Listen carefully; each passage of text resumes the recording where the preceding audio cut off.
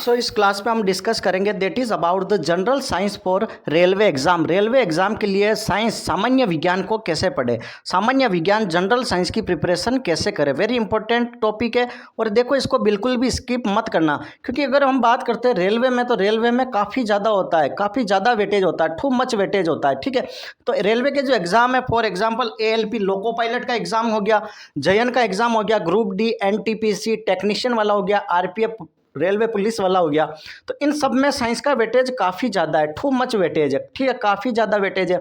तो सर इसकी प्रिपरेशन कैसे करें, क्योंकि देखो साइंस का सब बहुत से 3 फायदे हैं। साइंस क्या होती है कि टाइम सेविंग सब्जेक्ट है, समझना, टाइम सेविंग सब्जेक्ट है। कैसे, मान लो 90 मिनट में आपको 100 क्वेश्चन करने हैं और वहाँ 40 क्वेश्चन अगर साइंस के दिए तो मुश्किल से अगर ढंग से साइंस पढ़ी होगी तो 10 मिनट में आप कर लोगे, 20 मिनट में कर लोगे, तो बचे हुए 70 मिनट आपको मैथ प्लस रीजनिंग को सोल्व करने में मिलेगी। ध्यान से देखना, मैथ, रीजनिंग और किसी सब एग्जाम में जीके है, ठीक है, 3 चीज़ों में आपको मिलेगी। जीके और साइंस 2 सब्जेक्ट ऐसी है कि अगर आपने ढंग से पढ़ ली, ढंग से इनके कंसेप्ट क्लियर कर लिया तो फटाफट आप 40 क्वेश्चन, मुश्किल से 20 मिनट तो ज़्यादा बता रहा हूँ, कई सारे तो 10 मिनट में देकर टिक लगा, टिक टिक टिक टिक, ये खत्म। क्योंकि मैथ में तो आपको फिर भी कैलकुलेशन करनी पड़ेगी, तो ये तो टाइम कंज्यूम करने के लिए कई सारे 4-5 क्वेश्चन तो ऐसे बड़े भी देगा ताकि वहाँ पर आप अटक जाओ। तो साइंस तो आपको बिल्कुल अच्छे से पढ़नी है। और साइंस के लिए सर कैसे पढ़े, तो मैं किसी का प्रमोशन नहीं कर रहा हूँ। 6 टू 10th NCERT को पढ़ लो। NCERT की जो साइंस की किताब आती है 6 to 10th, इनको अच्छे से आप थ्रोली स्टडी कर लो। वैसे तो देखो 9th और 10th की NCERT में कवर हो जाता है, लेकिन अगर आपके बेसिक क्लियर नहीं है, आप बिल्कुल साइंस में नए हो, आपको साइंस नहीं आती है, तो आपको 6 to 10th NCERT पढ़ लो।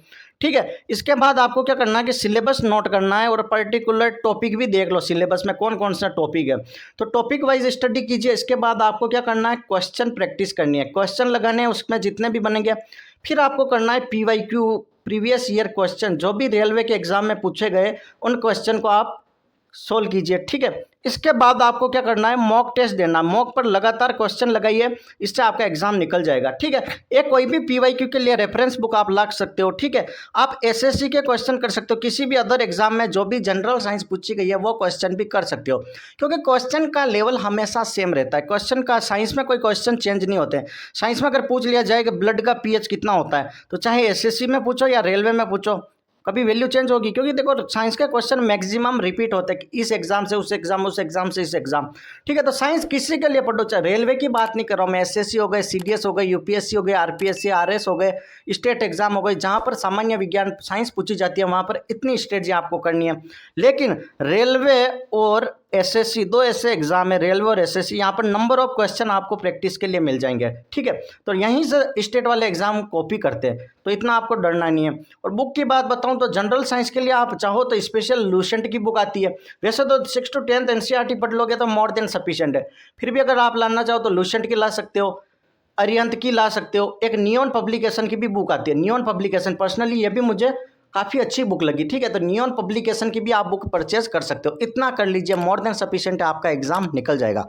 Thank you so much. Channel पर नए हो तो लाइक शेयर सब्सक्राइब जरूर करें।